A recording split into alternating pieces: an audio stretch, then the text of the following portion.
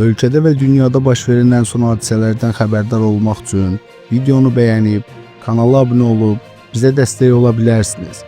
İndi isə keçək xəbərə. Qanunvericiliyə əsasən gələn ildə də pensiyaların indeksləşdirilməsi və artırılması həyata keçiriləcək. Səyyar TV Milli Aza istinadən xəbər verir ki, bunu deputat Vüqar Bayramov Milli Məclisin İqtisadi Siyasət, Sənaye və Sahibkarlıq və Əmək və Sosial Siyasət Komitələrinin birgə iclasında Dövlət Sosial Müdafiə Fondunun 2026-cı il büdcəsi haqqında qanun layihəsinin müzakirəsi zamanı deyib. O bildirib ki, bununla 2026-cı ilin yanvar ayından etibarən bütün növ əmək pensiyalarının artımı baş verəcək. Bu artım təxminən 1.100.000 vətəndaşı əhatə edəcək və 2025-ci ildə nominal orta aylıq əmək haqqındakı artım faizinə uyğun həyata keçiriləcək. Belə ki, bu ilin ilk 9 ayında orta aylıq nominal əmək haqqı əvvəlki ilin müvafiq dövrünə nisbətən 9.7% artaraq 1093 manata çatıb. İlkin gözləntilərə əsasən gələn ildən pensiyalar 9.2% artırılacaq. İşsizlikdən Sığorta Fondunun 2026-cı il xərcləri 266.4 milyon manat olacaq ki, onun da 77 milyon manatı, yəni 30%-ə yaxını özünü məşğulluq tədbirlərinin təşkilinə sərf ediləcək.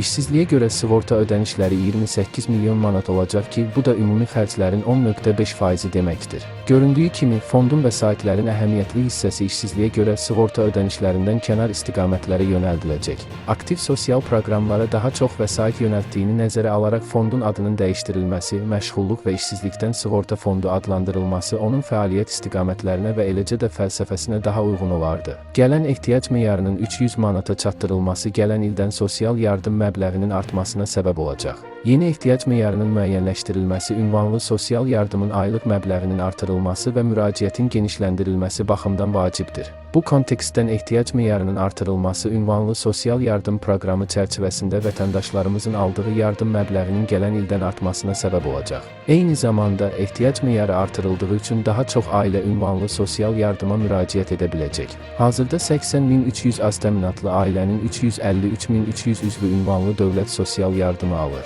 Bu isə o deməkdir ki, artımlardan faydalanan ailələrin sayı kifayət qədər çox olacaq deyə deputat vurğulayıb.